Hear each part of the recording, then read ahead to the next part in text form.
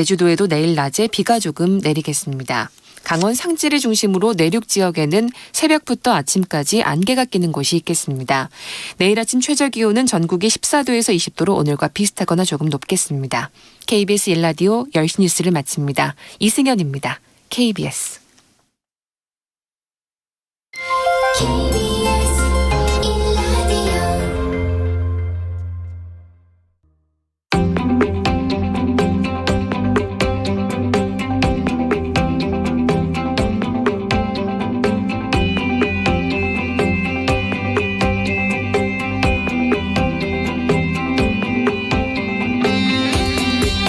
김성환의 시사야.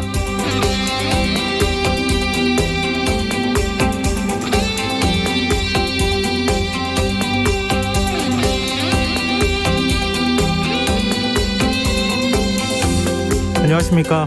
시사평론가 김성환입니다. 이른바 성남시 대장동 개발 특혜 의혹을 두고 정치권에서는 연일 설전이 벌어지고 있습니다. 김기현 국민의힘 원내대표는 권력 비호 아래 천문학적 사익을 취한 것이 사실이라면 엄중 처벌해야 한다면서 민주당이 계속해서 버틴다면 제2의 조국 사태를 겪게 될 것이라고 주장했는데요. 윤호중 민주당 원내대표는 이른바 윤석열 검찰의 고발사주 의혹을 문제 삼으면서 국민의힘이 검찰과 정당의 유착, 국기문란 사건을 물타기하기 위해 국정조사와 특검 카드를 꺼내 들었다고 비판했습니다. 이처럼 정치권의 공방이 격화하면서 대장동 특혜 의혹이 가져올 파장에도 관심이 쏠리고 있는데요. 이번 의혹이 대선 전국 그리고 당장 내일로 예정되어 있는 민주당 호남 경선에는 어떤 영향을 미치게 될까요? 잠시 뒤 이어지는 뉴스야 외전에서는 대장동 특혜 의혹이 이른바 이재명 대세론에 어떤 영향을 미치게 될지 살펴보고 국민의힘 2차 예비 경선을 전망해보는 시간 갖겠습니다. 문재인 대통령이 유엔 총회에서 꺼낸 종전선언 제안에 대해 북한이 입장을 내놨습니다. 김여정 북한 노동당 부부장은 남측이 적대적이지만 않다면 관계 회복을 논의할 용의가 있다고 밝혔는데요. 한반도 평화 프로세스가 다시 동력을 얻을 수 있을까요? 더 깊이 있게 들여다보는 인터뷰 시간에서 전문가와 이야기 나눠보겠습니다. 김성환의 시사에는 청취자 여러분들의 관심과 참여를 기다립니다. 방송 내용과 관련해 의견 있으신 분들은 문자 보내주십시오. 당첨된 분들께는 모바일 상품권 보내드릴 텐데요.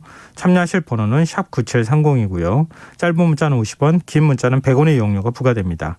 콩 게시판을 통해서도 무료로 참여하실 수 있고요. 콩 어플리케이션과 KBS 1라디오 유튜브 채널을 통해서도 저희 방송을 실시간으로 시청 또 참여하실 수 있습니다. KBS 1라디오 김성환의 시사야. 그럼 지금 시작하겠습니다.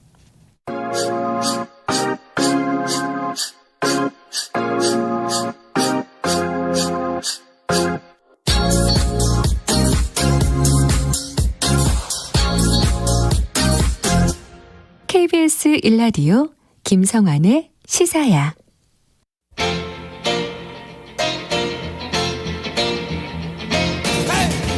한 주 동안 있었던 뉴스 가운데 우리가 조금 더 깊이 들여다봐야 할 이슈를 짚어보는 시간입니다. 뉴스야 외전 함께 하실 패널 두 분 소개해드리겠습니다. 배종찬 인사이트K 연구소장 자리하셨습니다. 안녕하세요. 안녕하십니까. 김민하 시사평론가 모셨습니다. 안녕하세요. 안녕하세요. 두 분 이제 추석 연휴 지나고 난 다음에 저희 처음 보는 거잖아요. 네. 추석 잘 보내셨어요? 시간이 안 가서 정말 마음이 정말 답답하더라고요. 빨리 연휴가 지나고 시사에 출연을 해야 되는데 네. 오늘 이제 출연하게 되니까 답답했던 마음이 해소가 되네요. 네. 김민하 평론가는요? 추석 때 아무래도 뉴스를 덜 보게 되지 않습니까? 네. 근데 이제 대한민국 사회가 오늘도 반나절 잠깐 뉴스를 안 봤더니 네. 그새 이렇게 많은 얘기들이 나와 있고 정신이 하나도 없어요. 뉴스를 보는 사람들이 이렇게 정신이 없는데 모든 뉴스를 챙겨볼 수 없는 이 청취자분도 얼마나 이제 여러모로 혼란스러우시겠습니까? 추석 때, 추석 연휴 때 시사를 안 했기 때문에 더욱 혼란스러웠어요. 하지만 이제 다시 돌아왔기 때문에 네. 이제 모든 혼란이 거치고 마치 구름이 거치고 하늘이 드러나듯이 네. 이렇게 명쾌한 어떤 얘기가 나올 것이다. 좋습니다. 오늘이 그런 날이다. 이런 졌어요. 얘기죠. 요즘 펜타 소장이 계속 지고 계십니다. 네, 이길 수가 없네요. 저는 네. 무슨 이야기가 나오나 오늘은 시사야 이야기를 안 하나 했는데 초태풍급 허리케인급으로 그냥 쓸어버리네요. 네, 알겠습니다. 자, 추석 민심을 직접 경험하시기도 하고 네. 주변 분들을 통해서 얘기를 들으시기도 하셨을 텐데 민심의 향배가 어땠다고 보세요, 두 분은? 우선은 뭐 추석 밥상머리라는 게 사실은 이제는 사라진 것 같아요. 네. 가족들끼리 모여서 정치 이야기를 하면서 서로 또 어떤 생각을 가지고 있는지 또 들여다보는 그랬던 풍경은 좀 없어지는 사라지는 그런 상황인 것 같고요. 그게 이제 다분히 이제 명절날 뭐 가족들끼리 또 잘 안 모이는 또 코로나 팬데믹이기 때문에 지난해 올해 그런 또 상황이기도 하고 또 그렇다 하더라도 뭐 직업별로 직업을 넘어서서 또 이념을 넘어서서 또 세대를 넘어서서 이야기를 나눴던 그런 정치 이야기가 이제는 좀 사라졌거든요. 그런데 또 불구하고 이 연휴의 상징성은 있는 거죠. 대선이 네. 생각들을 많이 그래도 했었을 것 같아요. 아주 중요한 기점이기 때문에 특히 이제 의혹들이 많았지 않습니까? 네. 그 의혹들을 과연 어떻게 좀 객관적으로 판단해야 될까 그런 생각들을 많이 하는 시기였을 것으로 생각이 듭니다. 네, 뭐 김민하 평론가님. 정치 현안에 대한 뭐 이 본격적인 토론보다는 사람 이름을 많이 얘기했을 텐데 근데 지금 이제 이번 이제 대선의 좀 특징적인 부분이 이 후보들에 대한 어떤 과거처럼 이 후보는 정말 지지해갖고 당선시켜야 됐다. 이런 열정적인 어떤 그 후보에 대한 지지가 형성됐다기보다는 네. 저 후보는 안 됐으면 좋겠다. 상대 후보에 대해서. 그게 지금 상당히 강한 상황이어서 이게 뭐 상대가 내가 지지하는 후보가 안 됐으면 좋겠다라고 이제 그런 취지로 얘기를 하지 않는 이상 사실 싸울 일은 오히려 역설적으로 줄어든 상황이었던 것 같아요. 그래서 이 자기가 이제 좀 상대 후보가 안 돼야 되겠다. 남의 이제 남 욕하는 얘기는 좀 메신저라든지 자기들끼리 마음이 통하는 사람들끼리 많이 하고 이렇게 좀 밥상에서는 그런 얘기 좀 줄였을 텐데 다만 코로나19하고 부동산 문제 이 두 가지 문제에 대해서는 네. 얘기들을 많이 하신 것 같아요. 그래가지고 자영업 하시는 분들도 많이 있고 또 실제로 부동산 문제 때문에 여러모로 곤란을 겪고 있는 젊은 세대가 있기 때문에 이런 문제에 대해서는 아마 세대 간의 공감이라든가 이런 것들이 형성된 측면이 있는 것 같습니다. 저희 청취자 안정희님께서 정치 얘기 별로 안 합니다. 명절에 이렇게 그렇죠. 짧게 그렇게 보내주셨어요. 됐어요. 네. 네. 근데 추석 밥상머리 민심이라는 게 그냥 정치 풍향계 우리가 네. 며칠 동안 정치 얘기에 조금 거리를 두는 일이기도 하고요. 여러 사람이 모일 기회가 있기 때문에 기대를 좀 많이 걸긴 하지만 예전 같지는 좀 않은 것 같다 이런 생각이 좀 들기도 해요. 네. 근데 뭐 이제 김민하 평론가가 말씀하셨지만 뭐 선거라는 게 원래 이제 그런 행위이기도 할 것 같은데 싫은 후보 안 찍는 거잖아요. 그렇죠. 어찌 보면. 근데 그 싫은 후보를 결정하는 이 일종의 비호감도라고 할 수 있을 것 같은데 그런데 각종 의혹이 영향을 미치는 거 아니겠어요? 그럴 수 있죠. 근데 그 가운데 지금 이제 대장동 개발 특혜 의혹이 뭐 지금 언론을 통해서 굉장히 뭐 연일 지금 새로운 얘기들이 나오고 있는 상황인데요. 지금 국민의힘과 국민의당 정의당까지 나서서 지금 대장동 개발 특혜 의혹 비판하기도 하고 또 국정조사 특검까지 요구하고 있는데요. 네. 이 국정조사하고 특검까지 갈 수 있겠습니까? 저는 이게 특검이나 국정조사로 가게 되면은 진상을 밝히는 것이 가장 중요한 부분이거든요. 네. 그것도 지금 대선 문턱에 있기 때문에 이게 대선에 부정적이거나 왜곡된 영향을 미쳐서는 곤란하겠죠. 네. 그렇다면 특검이나 이 국정조사로 가게 되면은 더불어민주당이 받아들일 리도 좀 만무할 것 같고요. 네. 이낙연 후보 캠프 쪽이든 아니면 이재명 후보 캠프 쪽이든 당사자인 그렇다면 저는 이건 지금 경찰이 또 내사에 들어가 있는 상태고 고발을 통해서 박범계 법무부 장관도 검찰의 수사가 또 배당이 되고 있는 상황이기 때문에 네. 어떻게 규명되는지에 경찰과 검찰의 수사 또 검경의 수사가 사실 먼저 필요한 거죠. 이건 어떤 진상규명이냐면 첫 번째로는 왜 이렇게 설계됐느냐 그게 중요할 것이고요. 또 하나는 이제 어떻게 수익 배분이 이렇게 됐느냐. 사실 지금 여당보다는 야당 쪽에서 국민의힘 쪽에서 노리는 것은 이재명 후보와의 관련성 아니겠습니까? 네. 그러니까 이 부분은 수사를 통해서 밝혀지는 것이 맞겠죠. 왜냐하면 그런 정황들이 자금의 흐름이 됐든 아니면은 서로 간에 연락을 통한 흐름이 됐던 간에 뭐 휴대폰을 포렌식 해보면 정말 대주주인 김만배 씨가 이재명 후보에게 어떤 식으로든 도움을 받고 경제적인 대가를 치렀다. 확인이 될 겁니다. 그렇게 밝혀지면 될 일이기 때문에 특검이나 국정조사 같은 정치적 행위보다는 우선 경찰과 검찰의 명쾌하고 깨끗한 수사가 먼저라야 되겠죠. 네. 뭐 언론에서는 국민의힘의 꽃놀이 패다 뭐 이렇게까지 표현을 하더라고요. 그러니까 이제 국정조사하고 특검이 요구가 받아들여지지 않더라도 얻을 수 있는 정치적 이득이 있다 이렇게 또 분석하던데 김인하 평론가는 어떻게 보십니까?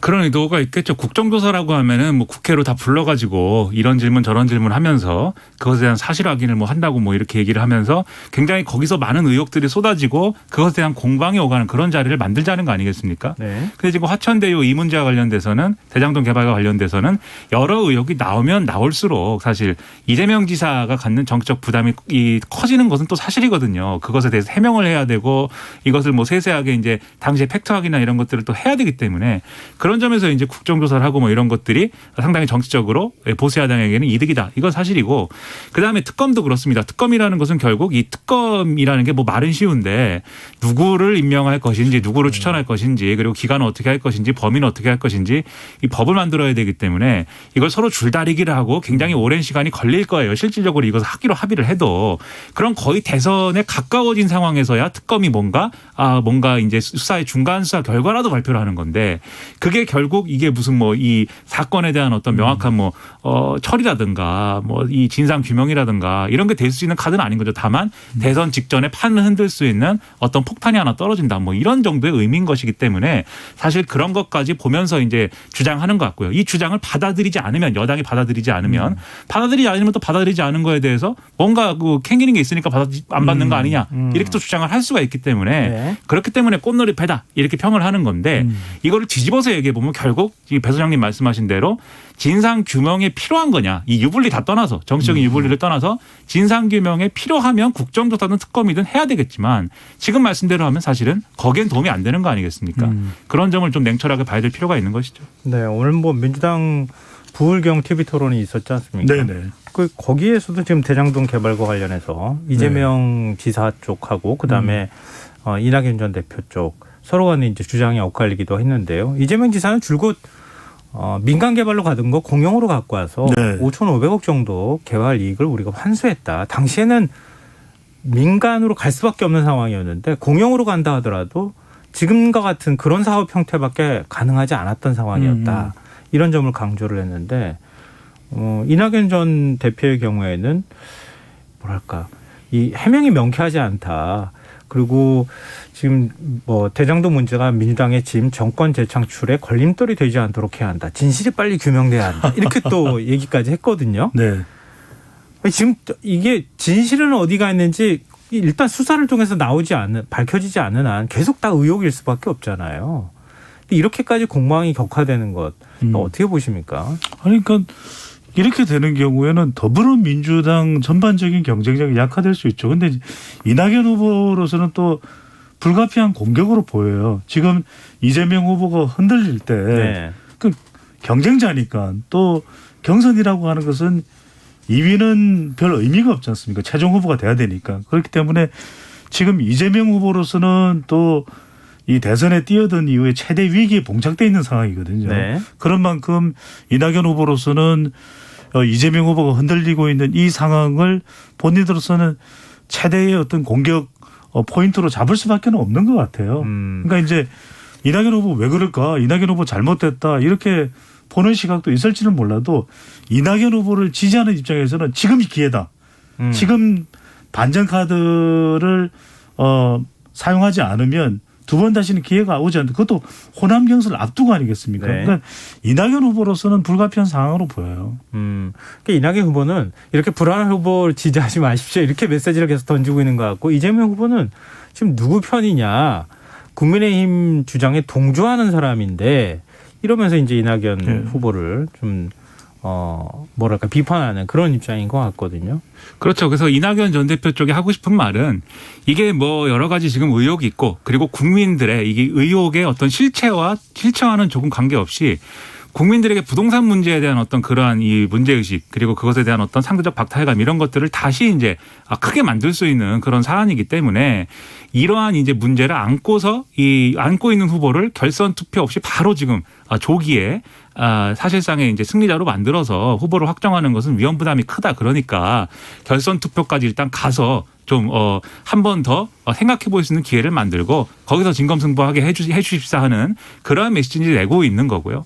그리고 이제 이재명 지사 측은 그런 게 아니라 오히려 이낙연 전 대표 쪽에서 이전부터 계속 네거티브 캠페인 해왔고 그것 때문에 본인들이 더 이상 네거티브를 하지 않겠다라고 얘기할 수밖에 없게 만드는 그러한 상황으로 스스로를 벼랑 끝으로 몰고 갔는데 다시 또 하고 있다. 이게 유력한 우리 민주당이 정권을 재창출할 수 있는 유력한 후보의 본선 경쟁력까지 훼손하고 있는 거다. 네. 이 얘기를 하고 있는 거죠. 그래서 네. 사실 이게 서로 주장을 막 하고 있지만 배경에 깔려 있는 것은 결국 결선 투표를 한번 할 수 있는 그런 기회를 만들어 달라라는 거냐 아니면 조기에 빨리 확정해서 다 털고 이 정권 재창출할 수 있는 경쟁력을 확대하자라는 거냐 이 두 가지 프레임이 이제 부딪히고 있는 것이죠. 그러니까 지금 뭐 명확하지는 않지만 네.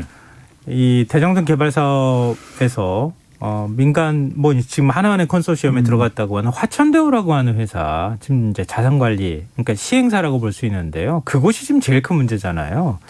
그러니까 그 화천대유에 뭐 고문으로 있었다고 하는 사람들, 법조인들이나 이런 사람들의 이름이 쭉 공개되면서 이게 지금 어느 쪽으로 흘러갈지 여론이 가늠하기 굉장히 어려운데 뭐 예를 들면 권순일 전 대법관, 김수남 전 검찰총장, 박용수 전 특검 그리고 오늘은 최서원 씨 변호를 맡았던 이경재 변호사가 그렇죠. 등장했어요. 5년 동안 고문을 맡았다고 하는데 화천대유와 이재명 지사는 아무 관계가 없다. 뭐 특혜 준 것도 없다.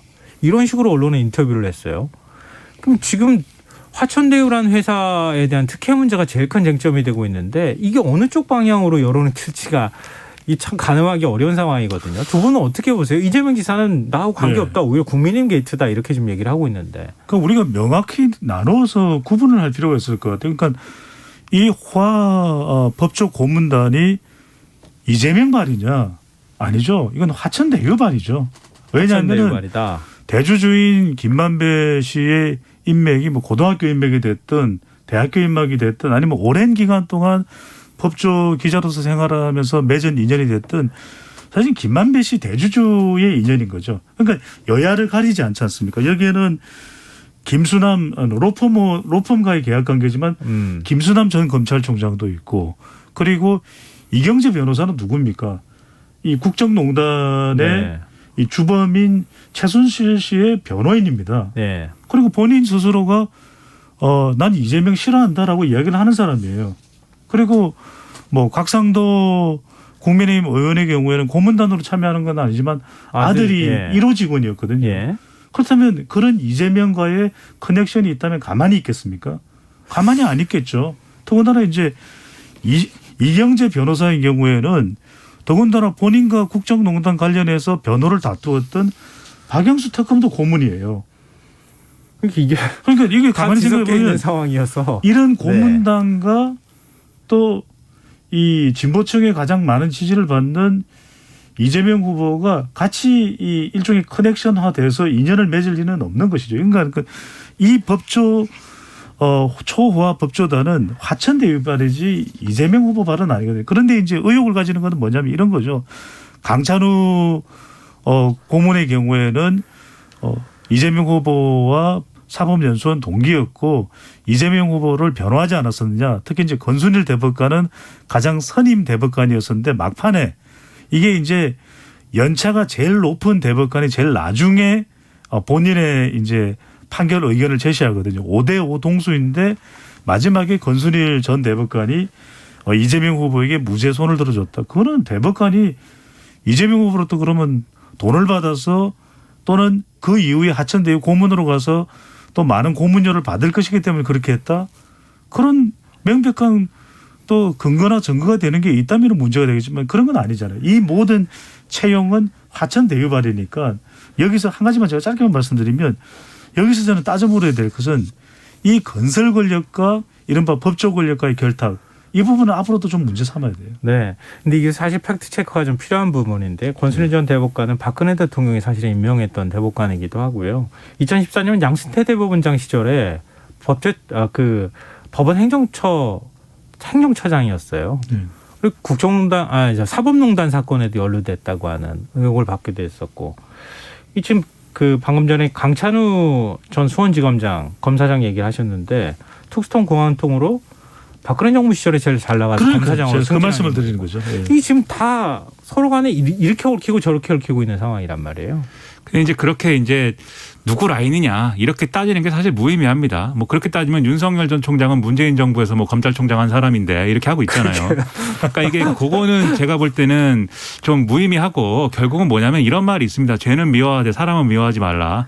모두를 이제 죄는 미워했는데 사람과 돈과 땅과 부동산은 미워하지 않은 것 같아요. 사랑하고 있는 것 같고 이걸 잘 얼개를 보면은 그 화천대유라는 거에 핵심적인 역할을 한 사람이 지금 말씀하신 이 언론사 출신의 김모 기자, 김만배 씨라고 이름 나왔는데. 법조기자. 그리고 거기에 더해서 원래 이 개발 사업에 아주 정통한 남모 변호사 있습니다. 남모 변호사. 이 두 사람이 핵심이고 남모 변호사가 과거에 사실 정치권하고도 연관이 있는 인물이에요. 그래서 자신이 아는 변호사들 그리고 자신이 이 사건에서 이미 이전에 이제 대장동 개발과 관련해서 들어왔던 사람이거든요. 그러다가 이제 이게 이제 민간 개발로 바뀌는 과정에서 구속 기소돼가지고 재판받고 무죄로 이제 나온 사람이잖아요. 그래서 그 당시에 인연을 맺었던 판사, 변호사, 검사 다 끌어와서 다 고문으로 하고 왜 그랬겠습니까? 첫 번째 자기가 시도할 때는 이게 뭔가 법적 문제가 생겨서 잡혀갔는데 이제 두 번째 시도를 할 것인데 첫 번째 시도와 똑같은 실패를 하면 안 되는 거죠. 그래서 여러 명의 이런 초호와 고문단을 끌어모은 것이고 그때 고리 역할을 한 게 인맥이 넓은 김만배 기자일 것이다. 이렇게 보는 게 저는 가장 이제 좀 합리적이지 않나라고 보는데요. 다만 이것과 별개로 이게 결국은 이런 계약 구조나 이 수익 배분 구조를 만든 것은 물론 하나은행 컨소시엄이나 이런 것의 역할도 컸지만 결국 성남도시개발공사와의 어떤 여러 가지 협의 과정이나 인허가를 논의하는 과정이나 이런 것도 영향이 있었을 수 있는 거죠. 그래서 그와 관련된 의혹도 제기가 되고 있어서 이런 부분까지 다 이제 세트로 보면은 완전히 지금 뭐 올스타전입니다. 관료 나오죠. 지금 이제 그 지자체 관료 나오죠. 무슨 재벌도 나옵니다. 재벌에 무슨 처음에 이제 대장동 개발할 때 400억을 이 화천대유가 이 어디 이제 자산운용사에서 투자받았고 하는데 그게 이제 재벌가의 일원이 꺼준 돈이다. 모두가 나와갖고 이렇게 하고 있는 걸 보면 사실 이 돈 앞에서는 여야도 없고 어디 뭐 높은 사람이 낮은 사람이냐도 없고 돈 보고 달려든 이러한 불나방 같은 그런 상황 아니었겠냐 이렇게 생각이 되는 거죠. 네, 뭐 검찰 수사를 통해서 화천대유 문제는 의혹을 좀 해소해야 할 부분이 있는 것 같고요. 과연 뭐 이재명 지사하고 어떤 관계가 있느냐, 말씀하신 것처럼 사업 설계가 과연 잘못된 거냐, 특혜를 주기 위한 사업 설계였느냐, 이 부분에 대한 의혹이 좀 풀려야 되는 상황인 것 같은데 어찌됐든 이렇게 의혹이나 공방들이 난무하는 상황에서는 그게 여론에 어느 정도 일정 정도 영향을 미칠 수밖에 없는 게 사실 현실이잖아요. 그렇죠. 근데 지금 이제 민주당 호남 경선을 또 앞두고 있는 상황이기도 해서 더 큰 관심을 좀 끌고 있는 상황인데 이재명 지사와 이낙연 전 대표 지지율 좀 어떻게 나오고 있는지 좀 궁금하거든요. 여론조사 수치가 어떻게 나오는지 지금 김민하 평론가가 한번 좀 간략하게 정리를 해주시면 어떨까요? 일단 RN서치가 매일경제와 MBN 의뢰로 지난 21일부터 22일까지 이틀간 만 18세 이상 남녀 1,071명을 대상으로 민주당 내 대선 후보 적합도를 이제 조사를 했는데요. 그 결과를 보면 이재명 후보가 34.2%, 이낙연 후보가 30.2%의 응답을 이제 얻었습니다. 그 두 후보 간 격차는 이제 오차범위 내다 이렇게 볼 수가 있겠는데 이 부분에서 호남 지역만 떼놓고 보면은 이낙연 전 대표가 49.7%, 이재명 지사가 39.1%다 이렇게 나타나가지고 그 이전에 이루어진 이제 조사와 비교해서도 상당히 이낙연 전 대표가 선전하는 국면으로 바뀌고 있다. 이런 결론에 이르를 수 있는 그런 내용입니다. 자세한 내용은 중앙선거 여론조사 심의 홈페이지를 참고하시면 되고요. 그리고 또 하나 광주 전남 지역에서 실시한 여론조사의 경우에 리서치뷰가 광주 전남 일간지 무등일보 의뢰로 지난 20일부터 21일까지 이틀간 광주 전남 지역 만 18세 이상 성인 남녀 1,600명을 대상으로 이제 민주당 대선 후보 적합도를 조사를 했는데요. 이낙연 후보가 40.4%, 이재명 후보가 38%로 오차범위 내에서의 또 박빙 상황이다. 이런 조사 결과가 나온 여론조사가 또 있어서 그 이전까지는 이재명 지사가 아무래도 유리한 걸로 봤는데 이낙연 전 대표가 상당히 따라오고 있는 듯한 그러한 모양새다. 이렇게 평을 할 수가 있겠습니다. 네. 일단 지금 당장 호남 여론이 어떻게 움직였느냐. 이게 제일 큰 관심거리 아니겠습니까? 특히 이제 호남의 그 광주 전남 권리당원 투표율이 40%밖에 안 나왔고 전북은 35%였다고 하거든요. 이게 투표율이 좀 높게 나와야 그만큼 호남에 관심이 쏠렸다고 얘기할 수 있을 텐데 지금 여론조사 결과는 이렇게 나오는데 투표율은 또 한 40%, 35%밖에 안 나왔다는 거예요. 이 시그널이 이렇게 혼재되어 있는 듯한 느낌을 받는데 두 분이 좀 왜 이런 현상이 나타났는지 명쾌하게 정리를 좀 해주시면 어떨까 싶어요. 두 가지로 봐야 될 것 같아요. 하나는 이제 지난 2, 3주 동안 호남의 여론이 바뀌었다. 여론조사 결과를 보면 이재명 후보가 그래도 좀 차이를 두면서 앞서고 있던 여론이었었는데 최근 한 2주 사이에 이낙연 후보가 초박빙 접전 상태로 쫓아갔다는 것이거든요. 예. 그렇게 되는 가장 큰 배경은 대장동 개발 의혹이 영향을 줬다고 봐야 되겠죠. 다른 외부 변수가 없는데 호남 여론이 바뀔 수는 없는 것이니까요. 변자 소장께서는 네. 상당 부분 이낙연 전 대표가 따라왔다. 그러니까 실제 여론조사 결과가 그렇다는 네. 거죠. 지금 방금 전에 이제 김민하 평론가가 김씨입니다. 네. 네네. 네. 김씨 2명하고 배씨 1명이 하는 프로예요. 네. 네. 너무 좀 미치지 마시고요. 네. 그래서 두 분을 토론을 붙이고 싶다. 제가 TV 토론을. 그래서 또 뭐 이것뿐만은 아니겠죠. 이제 네. 국회의원직을 사퇴한 것도 있을 테고 또 영상관계 배수진을 치고 또 업소하고 있는 이낙연 후보도 고향이 또 호남 아닙니까? 네. 그것의 영향, 정서적인 영향도 있겠죠. 그런데 흥미로운 것 중에 하나는 이 부동산 이슈 특히 이제 대장동 개발 의혹에 가장 많이 영향을 받는 세대가 어떤 세대겠습니까? 좀 젊은 세대거든요. 네. 그런데 지금 투표율이 이 호남 권리당원 대의원의 투표율이 좀 저조하다라는 것은 전통적으로 당원이었고 늘 투표를 해왔던 또 당원이었다면 주로 이제 연령대가 좀 높다고 봐야 되겠죠. 네. 그 당원들은 투표를 했을 가능성이 높은데 물론 추정입니다. 그런데 이런 부동산에 영향을 받는 건 젊은 세대거든요. 그럼 제가 지난주에도 강조를 했지만 20대, 30대, 40대 광주 지역에 특히 이제 권리당원이 중요하다고 말씀을 드렸는데 네. 이들이 투표를 안 할 수도 있죠. 왜요? 왜냐하면은 이게 어떤 이슈가 지나치게 영향을 받게 된다든지 아니면은 지지하는 후보가 굉장히 강한 외부의 의혹과 연관돼 있으면 투표를 안 하게 될 수도 있어요. 그런 이 투표에 대한 적극적인 의지가 약해질 수 있는 것도 영향을 미치지 않았을까 이렇게 분석합니다. 그거 조금 부연을 하자면 이런 효과가 있는 것 같아요. 그러니까 이재명 지사를 이번에 좀 지지해 봐야겠다. 이재명 지사한테 표를 줘봐야겠다. 이렇게 마음먹은 권리당원들 입장에서는 이 의혹이 터져 나오니까 네. 다시 생각해 볼까 이러면서 망설이게 되는 효과가 있을 거고요. 그리고 이낙연 전 그렇다고 해서 이재명 지사를 뽑을 표가 이거 대장동 의혹 보니까 이게 심상치 않은 것 같아. 난 이낙연으로 바꿔야겠어. 이렇게 했을 거냐. 그렇게까지 간 상황은 아닌 것 같고 마찬가지로 이낙연 전 대표가 좀 지지하는 사람도 이낙연 전 대표가 너무 좀 네거티브로 다시 가는 것 같네. 네. 이거 내가 또 지지해야 되나? 라면서 예. 또 망설이게 돼요. 그래서 이재명 지사와 이낙연 전 대표 양쪽 모두에 대해서 망설이는 표심이 좀 생긴 것 같다. 그래서 좀 투표율이 저조하게 된 그런 효과도 있을 것이다. 저는 이렇게 생각이 됩니다. 네.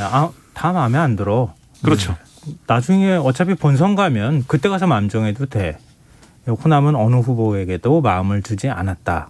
이렇게 또 근데 저는 조금 해석은 다른 게 권리당원에서는 이제 그럴 수는 있겠죠. 대의원들은. 예. 그런데 이제 여론조사상에서만큼은 이낙연 후보가 상당히 많이 쫓아간 것만은 분명해요. 네. 수치의 변화는 있거든요. 네, 알겠습니다. 일단 뭐 내일하고 모레 상황 보면 금방 결과 우리가 확인할 수 있는데요. 뭐 이거는 그냥 숫자만 얘기하시면 어떨까 싶은데요. 이때 우리가 한번 지지율 어떻게 나올지 한번 점치면 안 되죠. 분석을 예상. 네. 어느 정도 나올 것 같으세요? 비슷하게 나온다? 아니면은 이재명 지사의 대선운이 유지된다? 저는 비슷할 것 같아요. 비슷하게 나올 것 같다. 박빙 승부이지 않을까? 예. 두 후보 다 40%대일 것 같고 네. 그럼에도 이재명 지사가 조금 더 앞서지 않을까 저는 그렇게 생각을 합니다. 이재명 지사가 그래도 앞설 것이다. 네. 저는 오히려 이낙연 후보가 좀 앞설 여지도 있다. 이낙연 후보가 왜냐하면 앞설 여지도 투표율이 낮다라는 것은 사전 투표도 보면 우리가 투표율이 높다 이러면 젊은 세대의 투표가 많거든요. 네. 저는 영향을 그런 것에서 받을 수가 있겠죠. 우리 다음 주에 한번 어느 분 예측이 맞았는지 한 사람은 비교해보도록 하죠. 나오면 안 되는 거죠 다음 주에. 아니 예상이니까 네. 너무 부담을 주시면 알겠습니다. 제 예. 고향이 수원인데 호남 민심 뭐 어떻게 알겠습니까 네, 제가. 알겠습니다. 네, 지금 여러분께서 KBS 1라디오 김성환의 시사회를 듣고 계십니다. 뉴스의 외전 김민하 시사평론가 배정찬 인사이트 K 연구소장 두 분 패널과 함께하고 있습니다. 이제 야당 얘기 좀 해보죠. 국민의힘 대선 주자들이 어제 2차 TV 토론을 했는데요. 어떻게 보셨습니까? 일단 누가 제일 득을 받고 누가 제일 점수를 많이 잃었다. 그걸로 한번 얘기를 해볼까요? 누가 득을 받는지 상당히 얘기하기가 어렵습니다. 왜냐하면 득을 본 사람은 제가 생각할 때는 그러니까 토론에서 가장 많은 이슈를 만들어낸 사람은 지난번에도 그랬지만 하태경 의원인 것 같아요. 하태경 의원이 아픈 데를 모든 후보에 대해서 딱딱 찔렀는데 그 부분에서 굉장히 많은 뉴스가 나오고 있고 윤석열 전 총장은 지난번 토론보다는 잘했다고 저는 생각을 합니다. 네. 본인 얘기를 했고 본인 생각을 어쨌든 주장을 좀 더 했기 때문에 네. 그거는 잘했다고 보는데 다만 이제 말실수라고 해서 그 청약 그 문제 때문에 이제 좀 점수가 깎여가지고 그 부분은 약점이었고 홍준표 의원의 경우에는 이것도 공격이 많이 들어왔는데 네. 이 조국 전 장관 그 문제의 연장선상에서 이른바 이제 검찰의 수사권과 기소권을 이제 좀 조정하는 문제, 즉 수사를 못하게 하는 문제, 수사권을 다 없애는 문제 이런 것에 대해서 하태경 의원이 찔렀는데 사실 제대로 답은 못했거든요. 네. 여기에 대해서 네. 그런 점에서 토론을 또 잘하진 않은 것이고 유승민 전 의원은 논박은 굉장히 잘했는데 이미지가 뭐 그렇게 좀 대범한 이미지랄지 온화한 이미지랄지 그렇지 않았어요. 좀 사나웠어요. 그래서 전반적으로 이렇게 좀 점수를 많이 잃은 토론이 됐는데 돋보인 2명 하태경 의원과 황교안 대표. 네. 누가 뭐라고 해도 그 부정선거 하나의 이슈로 끝까지 밀고 가는 황교안 네. 대표. 이 두 사람은 상당히 인상적이었다. 저 이렇게 봅니다. 독특한 분석을 하셨어요. 배종찬 저는 소장님 어떻게 보세요? 총체적 난국으로 봤습니다. 총체적 난국요? 그러니까 그래도 토론회가 뭐 이구동성이라고 좀 일관된 건 있어야 되거든요. 하나에 모아지는 후보들의 의견도 있어야 되거든요. 근데 그게 별로 없는, 물론 이제 대장동 개발 의혹에 대해서는 모두 다 공격적이었던 것은 공통적이었지만 네. 첫 번째로 이 국민의힘 토론회 관련해서 키워드를 정리해 보니까 청약, 이건 이제 윤석열 후보랑 관련된 거죠. 그러니까 청약이 일반 이 MZ 세대에게는 참 중요합니다. 어떻게 하면 집안치를 장면할까? 이게 이제 동떨어진 여론과는 동떨어진 것으로 나타난 것이고, 두 번째는 닌자예요. 닌자가 왜? 전부 다 자기 공약 베꼈다고 이제 윤석열 후보를 공격하는 거거든요. 그래서 복제 닌자, 카피 닌자 이런 얘기가 나오는 거고, 저는 하태경 의원도 지난 1차 토론 때는 좀 솔깃했어요. 재밌더라고요. 예. 왜냐하면 그러면은 홍준표 후보를 겨냥해서 그럼 과잉 수사입니까? 그게 어떻게 과잉 수사예요? 이렇게 정말 이게 한방 먹이는. 그런데 이번에는 또 뭐 썸타시냐? 그러니까 이게 너무 반복되면 재탕삼탕하면 그 제목 별 이렇게 주목되지도 않고 유의미하지도 않거든요. 그래서 저는 뭐 토론을 했는데 뭐가 한 대로 모아지는 토론이 없었다. 뭔가 좀 주제나 이런 부분들을 또 형식을 좀 더 좀 집중시킬 수 있는 방법을 선택해 볼 필요가 있을 것 같아요. 좋은 얘기도 좀 해주고 그러세요. 네. 그 토론의 어떤 이슈적인 측면에서 보면은 공약 뺏기기 논란, 뭐 지금 이제 카피 논란 말씀하셨지만 그거하고 그 다음에 지금 윤 전 총장의 주택 청약 통장과 관련한 일종의 이제 말실수라고 볼 수 있는 네. 이거 두 가지가 제일 큰 이슈가 되고 있는 것 같고요. 토론의 이미지로만 보면 윤 전 총장이 토론회 못할 줄 알았는데 이제 자신감 넘치는 모습을 보였네. 좀 여유가 있었어요. 네. 예, 그런 점들이 좀 돋보였다. 그러니까 윤 전 총장이 이제 내 스타일대로 대선 갈 거야. 뭐 이렇게 작심한 사람인 것처럼 이렇게 보이는 측면이 있다. 이렇게 보이는데요. 지금 이 카피 논란이라고 하는 공약 뺏기기 논란하고 이건 일종의 이제 표절 문제와 관련이 돼 있는 거잖아요. 네. 이거하고 그다음에 집이 없어서 청약 통장 만들어 보지 못했다. 이 발언은 젊은 세대들이 굉장히 민감해할 수 있는 부분 아닌가요? 그렇죠. 그런데 이제 결국 국민의힘 지지층이나 보수층에서는 어떤 영향을 받을지 모르겠습니다만 젊은 세대들의 경우에는 그런 청약조차 필요가 없었던 윤석열 후보구나라고 생각한다면은 이건 2030 세대의 눈높이와는 다르게 되는 거죠. 그러니까 저도 뭐 좋은 이야기를 드리고는 싶지만 우리 시간을 통해서 사실 이게 조언을 해주는 셈인 것이거든요. 네. 그렇다면 그런 청약과 관련해서는 얼마나 청약이라는 걸 본인은 안 해봤지만 집 장만하기가 그렇게 어렵다는 것을 저는 잘 이해를 하고 있다. 공감하고 있다. 그래서 청년 세대들이 저 집을 장만하기 쉬운 또 가능한 방법으로 공약을 내세우고 있다. 이런 답변이 사실 나왔어야 되는 것이죠. 그런데 심지어는 윤석열 후보 캠프 측에서 나온 해명은 뭐냐면 30대에 직장을 얻었고 부모님을 계속 모시고 살았고 50대에 결혼을 했기 때문에 특별히 청약이라는 걸 알 수가 없었다. 그렇다면 청약조차 모르는 대선 후보가 대통령이 된다는 것을 2030 세대가 공감하기는 쉽지가 않은 것이죠. 참 그 토론회가 끝나고 난 다음에 누구한테 유리할 것이냐 불리할 것인가 이거 점치기가 굉장히 쉽지가 않아요. 사실. 이런 질문 좀 안 했으면 좋겠어요. 여론조사 결과에 네. 어떻게 반영이 되는지를 사실 여론을 파악한다는 게 대단히 어려운 일이잖아요. 네. 단시간에 우리가 단정적으로 표현하기가 굉장히 어려운 문제다 이렇게 생각은 되는데요. 일단 도드라져서 지금 논란이 되거나 이런 문제를 얘기해봤으면 좋겠는데 그동안에 이제 빅4라고 해서 4위 싸움 누가 할 거냐, 3위가 누가 될 거냐, 뭐 이런 이제 얘기들이 많이 나왔는데 최재형 전 감사원장 그래도 4위 안에는 들어가겠지 이렇게 얘기했는데 정의화 전 국회의장이 오늘 최 전 원장에 대한 지지를 공식 처리하기도 하고 캠프도 해체하고 그렇게 얘기를 했거든요.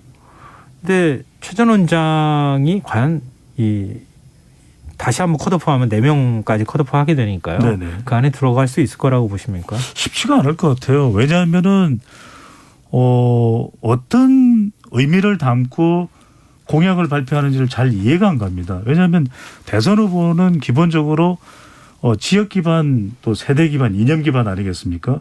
근데 지역 기반 참 중요하거든요. 이재명 후보에게는 경기도가 있고 그래도 이낙연 후보에게는 호남이 있는데 그래도 최재형 후보가 지역 기반을 굳이 따지자면은 PK거든요. 근데 부산에서 부산 시민들이 그래도 다수가 원하고 있는 정책이 가덕도 신공항인데 가덕도 신공항을 재검토하겠다. 그래서 이제 정의화 전 국회의장이 지지를 철회한 것이거든요. 네. 근데 이렇게 되면 사실상 지역 기반이 사라지는 거죠. 세대 기반도 없고 이념 기반도 국민의힘 지지층도 보수층도 흔들리고 있는데 지역 가장 중요한 핵심 공약을 철회를 해버린다. 이렇게 되면은 최재형 후보가 지지율을 도약시키기는 더 힘들어지는 것이죠. 김민하 평론가 어떻게 보십니까? 저는 뭐 계속 주장했는데요. 윤석열 전 총장이 국민의힘 들어온 순간 최재형 전 원장은 이제 확장성이 없었다고 보고요. 예. 그리고 이게 캠프를 해체를 했으면 캠프를 해체를 했다는 것은 새로운 전략을 갖고 가라는 것이지 무전략으로 대응하라는 게 아닌데 지금 완전히 무전략입니다. 부정선거 얘기에 한번 이렇게 혹해가지고 글을 넣다가 내리고 그다음에 뭐 낙태 반대 이런 거 피켓팅하고 그러면서 또 어제 토론은 완전히 판사님이었어요. 이거에 대해서 어떻게 생각하십니까? 다른 후보에게 묻고 답변이 쭉 나오면 그냥 그러냐고 하고 다음 주제로 넘어갔거든요. 그러니까 본인이 뭘 왜 정치를 하는지에 대해서 아무것도 보여주지 않고 있는 데다가 지금 말씀하신 대로 핵심적인 어떤 전략, 이 지역 기반 전략이라든가 이런 게 없기 때문에 어려워졌다고 저는 보고요. 다만 그러면 이제 누굴 거냐. 이 4등이 네. 원희룡 그다음에 지금 유승민. 최재형, 원희룡 그다음에 그 황교안 이렇게 정도 보는 거잖아요. 지금 유승민 전 의원은 아무래도 지금 여론조사 지지율로만 보면은 뭐 3등은 하지 않을까 싶은데 그렇지만 이제 모르는 윤석열, 거니까. 홍준표, 유승민. 그렇죠. 3명은 거의 뭐 갈 가능성이 매우 높다. 그렇죠. 그렇게 예. 보이지만 이제 마지막 한 자리는 결국은 이런 건데 여기서 이걸 봐야 돼요. 지금 황교안 전 대표가 어느 정도 여론조사에서 보면은 약간 뜬 거잖아요. 왜 떴을까? 부정선거 얘기로 하나만 가지 않습니까? 네. 이 하나만 가지고 원 포인트만 가지고 가다 보니까 국민의힘에서 가장 극단적인 견해를 갖고 있는 분들이 그 황교안 후보를 지지하는 흐름이 하나가 생긴 것 같고 이것의 다른 측면을 보여주는 후보가 하태경 후보입니다. 부정선거 얘기는 그만하자고 하잖아요. 중도 확장으로 가자고 하지 않습니까? 네.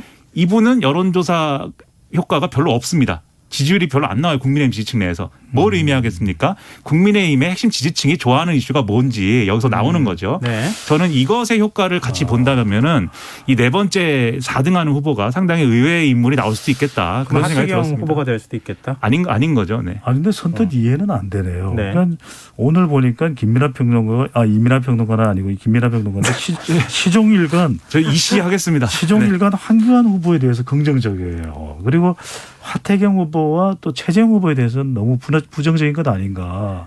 저는 하태경 후보의 긍정적인데 네. 일부 동의하지 않는 주장은 많지만 핵심을 찌르는 어떤 태도는 좋다고 생각해요. 근데 국민의힘 지지층은 그걸 원하지 않는 것 같습니다. 그게 핵심이라는 거죠. 예. 네.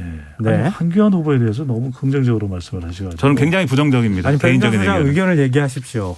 네. 네. 그러니까 저는 총체적 난국. 누가 사위가 될 것 같으세요? 글쎄요. 사이가 뭐 누가 되느냐가 중요할까요?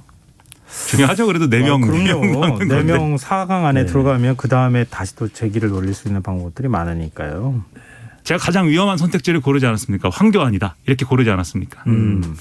저는 아닐 것 같아요. 아닐 것 같다. 제가 가장 위험 부담을 안고 골랐습니다. 그럼 이제 좀 안전한 선택으로 가시죠. 그 대선 주자 TV 토론회 중계를 하는 느낌이죠.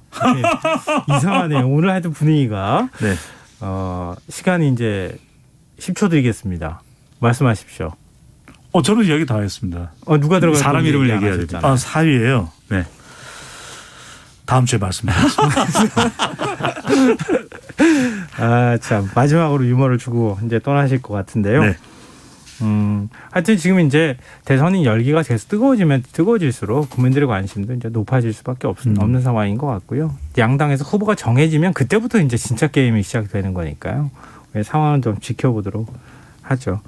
예, 오늘 뉴스 외전 시간이 다 됐습니다. 여기서 마무리하겠습니다. 이렇게 끝나는 겁니까? 예, 그럼요. 너무 아쉽네요. 네.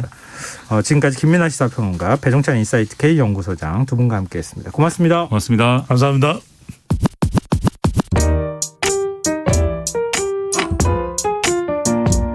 김성환의 시사야는 청취자 여러분의 참여를 기다립니다. 문자 샵 9730으로 여러분의 의견 보내주세요.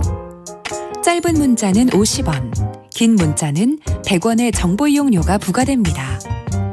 애플리케이션 콩, 유튜브 채널 KBS 일라디오에서는 무료로 참여하실 수 있습니다. 김여정 북한 노동당 부부장이 문재인 대통령의 종전선언 제안에 대해 남측이 적대를 철회하면 관계 회복을 논의할 용의도 있다라고 밝혔습니다. 김여정 부부장의 담화가 나오기 전 리태성 북한 외무성 부상은 종전선언 채택은 시기상조다. 다소 상반된 담화를 냈는데요. 북한이 불과 약 7시간 간격으로 담화를 연이어 내놓고 이렇게 서로 간에 엇갈리는 담화 내용이 나온 것, 이거 어떻게 봐야 하는지 통일연구원 홍민 연구위원 연결해서 조금 더 자세한 얘기 나누도록 하겠습니다. 연구위원님 안녕하십니까? 예, 안녕하세요. 네. 일단 김여정 부부장의 담화 내용에 대한 의견을 듣고 싶은데요. 문재인 대통령 종전선언에 대해 좋은 발상이다 이렇게 화답을 했습니다. 어떤 메시지가 담겨 있다고 보십니까? 예, 표면적으로 드러난 그 의미나 또 맥락적으로 담겨 있는 내용 한마디로 정의하면 종전선언 제안에 대한 조건부 환영 메시지다 이렇게 평가할 수 있을 것 같고요. 네. 전체적으로 일단 시장 문구가 문재인 대통령이라는 이름으로 시작하고 있습니다. 그래서 공식 호칭을 사용을 하고 네. 정중하게 이제 제안을 했던 문재인 대통령을 주체로 언급을 했다라는 게 이제 주목할 부분이고요. 네. 전체적으로 종전선언에 대한 북한의 입장, 인식, 반응을 직접적으로 보여준 하나 담화이고, 상당히 종전선언에 대해서는 긍정적 반응을 하고 있다. 그리고 거기에 대한 평가 역시도 상당히 중요하게 평가를 하고 있다. 다만 네. 이런 종전선언이 원만하게 선언되기 위해서는 의미를 갖기 위해서는 두 가지 측면에서 조건이 맞아야 된다. 즉 말해서 시기적으로 이게 맞느냐, 타이밍상 맞느냐, 그리고 조성된 조건이 지금 종전선언 할 만한 논의할 만한 조건이냐. 이거를 충족시켜라. 이제 이런 얘기인데요. 예. 결국은 한국이 최근 취하고 있는 대북 자세가 좀 불만족스럽다는 거죠. 적대적인 어떤 태도나 정책, 언동을 계속하고 있는 부분들, 이런 부분들을 수정하거나 고치지 않는다면은 어렵다. 이것이 이제 하나의 이야기고요. 또 이런 네네. 것과 더불어서 예. 어쨌든 자신들에게 그 투사하고 있는 불공평하고 이중적인 잣대 이런 것들을 철회해라, 없애라. 그렇다면은 종전선언에 대한 논의는 할 용의가 있다. 이렇게 반응을 했습니다. 그래서 정리하자면 결국 종전선언 제안에 대해서는 굉장히 호감을 갖고 있는 것이고, 네. 다만 이것을 받아들이기에는 지금 하고 있는 한국의 태도가 만족스럽지 못하니까 좀 만족스러운 태도로 좀 고친다면은 언제든지 논의하겠다. 이런 태도로 이제 읽혀질 수 있습니다. 근데 홍민 연구위원 지금 쭉 설명 듣다 보니까 김여정 부부장 담화 전에 리태성 북한 외무성 부상의 입장을 또 냈잖아요. 네. 종전선언이 시기상조라고 한 그 배경에 기저에 깔려 있는 것은 아직 여건이 성숙되지 않았다. 이런 취지였다고 이해가 되거든요. 네. 근데 지금 홍민 연구위원님 분석하고 거의 일치하는 거 아닙니까? 그러면 두 가지 메시지가 서로 상반된 게 아니라 하나의 맥락으로 연결된다고 봐야 되는 건가요? 예, 그러니까 지도부의 의도는 두 담화 모두 동일했던 것으로 보이는데, 다만 이제 이태성 부상의 담화는 외부에게 보내고자 하는 자기 메시지가 충분히 긍정적으로 전달되기에는 부족하다라고 이제 판단을 하고 급하게 김여정 부부장이 좀 더 담화에 무게를 실어서 좀 더 긍정적 메시지로 상당 부분 좀 조정을 해서 급하게 나갔다 이렇게 보는 게 맞을 것 같습니다. 그러니까 상당히 계획된 순서대로 나갔다는 개념보다는 네. 리태성 담화 정도로 일단 마무리하려고 했는데 리태성 담화가 자칫 뭐 시기상조라는 쪽에 너무 무게가 두어져서 좀 부정적으로 읽히는 메시지로 보일 수도 있거든요. 네. 근데 그런 부분들을 빨리 수정을 한 거죠. 김여정이 바로 등판을 해서 바로 담화를 통해서 아주 긍정적 메시지로 이것을 윤색하고 수정을 했다. 지금 뭐 이런 그 연속해서 나왔는 이런 태도로 봤을 때는 북한이 이 종전선언 제한 요 타이밍을 상당히 적극적으로 활용하고 싶어 한다. 또 기회로 지금 이걸 활용하려고 한다. 이렇게 이제 우리가 볼 수 있습니다. 그 말은 북한이 직접 종전선언 제안을 하지 않았고 한국이 그것을 적극적으로 제안했기 때문에 네. 한국이 제안한 바로 요 타이밍을 잘 활용해서 미국이 과연 종전선언에 대해서 어떤 태도를 보일지, 미국의 바이든 정부가 대북 정책을 구체적으로 어떤 방식으로 이 종전선언 앞에서 그 구사를 할지, 이것을 엿보고 싶은, 소위 이제 어떻든 가늠해보고 싶은 이런 기회로 이 부분을 굉장히 활용하는 것으로 이제 단기적으로는 볼 수 있고, 네. 좀 더 장기적으로 봤을 때는 기존에 자신들이 미국으로부터 좀 약간 셈법을 바꿔라.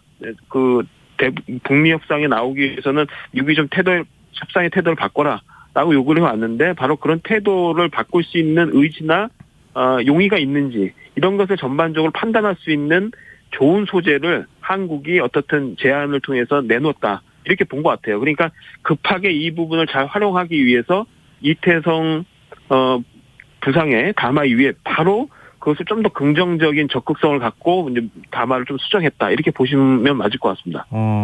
그러면 청와대가 내놓은 반응 분석하고 비슷하다는 생각이 드는데요. 네네. 그러니까 김여정 부부장이 이렇게 기존 입장 낸 게 이게 뭔가 좀 안 맞아. 좀 더 적극적인 어떤 우리의 어떤 환영 입장이 좀 들어가줘야 할 것 같아. 그래서 네. 담화를 발표했다면은 그럼 네. 한국 정부에 기대하는 바가 있을 거 아니겠습니까? 그럼 우리 네. 정부가 어떤 역할을 하길 바라는 겁니까? 예, 아무래도 이제 오늘 그 김여정 부부장의 담화를 자세히 읽어보시면 대미를 직접, 그러니까 미국을 직접 언급하거나 미국을 향해서 어떤 메시지를 보내는 직접적 언급은 없습니다. 네. 지금 한국 남쪽을 향해서 주로 이제 발언하는 듯한 태도로 일관을 했습니다. 그러나 실제 내용을 보면 대북 적대시 정책이 핵심입니다. 네. 종전선언이든 뭐든 간에 어떤 평화와 관련된 일정한 진전이 있으려면은 적대적인 태도를 취하고 있는 이 정책을 바꿔야 된다, 수정을 해야 된다, 철회를 해야 된다라고 요구하고 있는 것인데, 이거는 비단 한국만의 얘기가 아니거든요. 실제로는 북미 협상에서 미국을 향해서 좀 더 적극적으로 요구했던 내용이기 때문에 사실상 한국에 대해서 뭔가 목소리를 내고 있는 것처럼 이 담화는 나와 있지만 실질적으로 미국의 반응을 보기 위해서 미국에 관련된 적대 정책에 대한 철회의 내용을 상당 부 중요하게 조건부로 달았다. 이렇게 볼 수 있습니다. 즉 말해서 네. 한국에게 얘기를 하고 있지만 미국을 빨리 적극적으로 설득해서 종전선언에 대한 태도를 미국이 어떻게 취할지 빨리 그 입장을 내놔라. 그것에 한국이 좀 더 적극적인 태도를 좀 취해줘라. 이런 요구로 이제 보여집니다. 따라서 아마 향후에 아마 한국이 좀 더 한미 간의 긴밀한 협의를 통해서 이 메시지에 대해서 소위 미국의 입장을 어떤 방식으로 채택하는 것이 향후의 북미 협상 내지는 남북미 협상 또는 향후의 그 양자, 3자, 4자의 어떤 대화들 이런 것들로 견인해낼 수 있는지를 좀 더 한미가 좀 더 긴밀하게 협의를 해야 되는 부분이 생긴 겁니다. 그러니까 아무래도 이제 한국이 좀 더 주도적으로 이 부분들을 해석하고 미국에게 마지막 이 협상의 기회를 좀 더 강하게 적극적으로 좀 나설 수 있도록 설득을 해야 되는 입장인 것은 분명해 보입니다. 네, 그동안에요. 바이든 정부에서는 일단 협상장으로 나와라. 우리가 대화를 위한 인센티브를 먼저 얘기하지는 않겠다. 이렇게 얘기를 해왔잖아요. 네. 근데 북측은 지금 어떤 메시지를 주길 기다리고 있는 상황이라는 거잖아요. 네. 그러니까 북미 대화가 진척이 없었던 건데 그럼 미국에 어떤 메시지를 줘야 되는 겁니까? 예. 어떻게 해야 되는 겁니까? 네. 지금 잘 말씀하셨습니다. 지난 1월 20일 날 바이든 행정부가 출범한 이후에 대북 정책이 4월 말쯤에 완성이 됐다라고 바이든 대통령이 선언을 했습니다. 사실상 네. 굉장히 짧은 기간에 빠른 시기에 그 대북 정책을 마련한 것이거든요.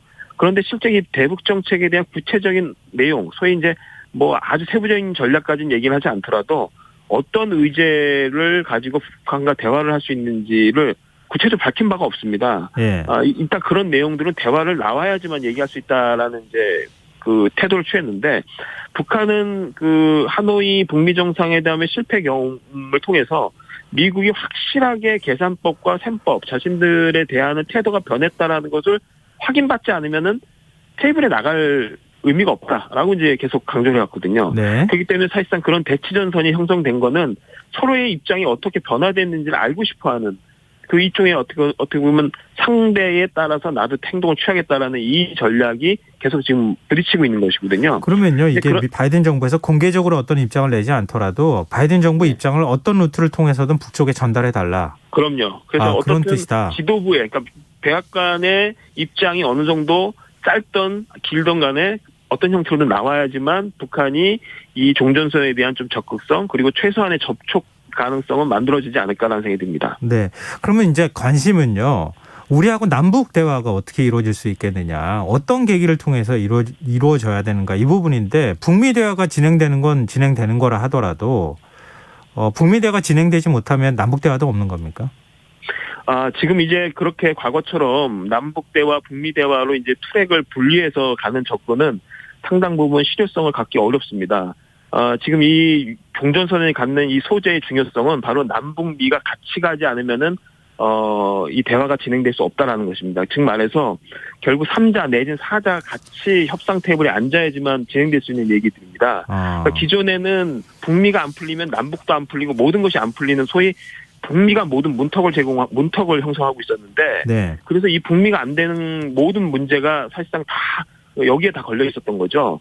그렇기 때문에 이제는 그런 방식으로 남북과 북미를 분리해 놓고서 만약에 뭔가 진행을 하려고 하면은 어떤 것도 되지 않는다는 거죠. 그래서 결국은 이 종전선언이라는 소재를 통해서 남북미가 협상 테이블에 같이 앉는 구도, 소위 남북미가 코어가 돼서 협상을 진행하는 그 방식이 오히려 더 실효적이고 더 생산적이고 오히려 이제 그 협상의 지속성을 보장할 수 있는 측면이 있다. 알겠습니다. 예, 이거 하나 좀 마지막으로 질문 드릴게요. 문재인 대통령 임기 내에 종전선언 실현 가능성 어떻게 보십니까? 저는 뭐 충분히 가능성이 있다고 봅니다. 물론 이제 이것이 가능성이라는 것은 미국의 수용성이 전제됐을 때입니다. 미국의 지금 국무부뿐만 아니라 백악관 또는 워싱턴 정가의 분위기는 아직도 대북 불신이 상당히 팽배하기 때문에 네. 이것이 바이든 대통령의 결단에 의해서 충분히 일단 종전선을 통해서 그 도약대를 만들어내느냐, 이게 상당히 중요한 관건입니다. 근데 미국의 수용성이 상당히 약하다면은 사실상 임기 내에 종전선을 하기는 매우 어렵다. 다만 네. 이제 미국이 적극적으로 알겠습니다. 이 부분들을 인센티브 삼아서 향후에 비핵화를 추진하겠다라면은 가능성은 충분히 있다고 봅니다. 네, 알겠습니다. 네, 오늘 말씀 여기까지 듣겠습니다. 말씀 고맙습니다. 예, 감사합니다. 예, 지금까지 통일연구원 홍민 연구위원이었습니다. KBS 라디오 김성환의 시사할 1부 순서는 여기서 마무리하겠습니다. 2부에서는 화제 속 뉴스를 살펴보는 밤참 뉴스 호피디 언박싱 순서로 찾아뵙겠습니다. 전 11시 정각 2부에 다시 오겠습니다.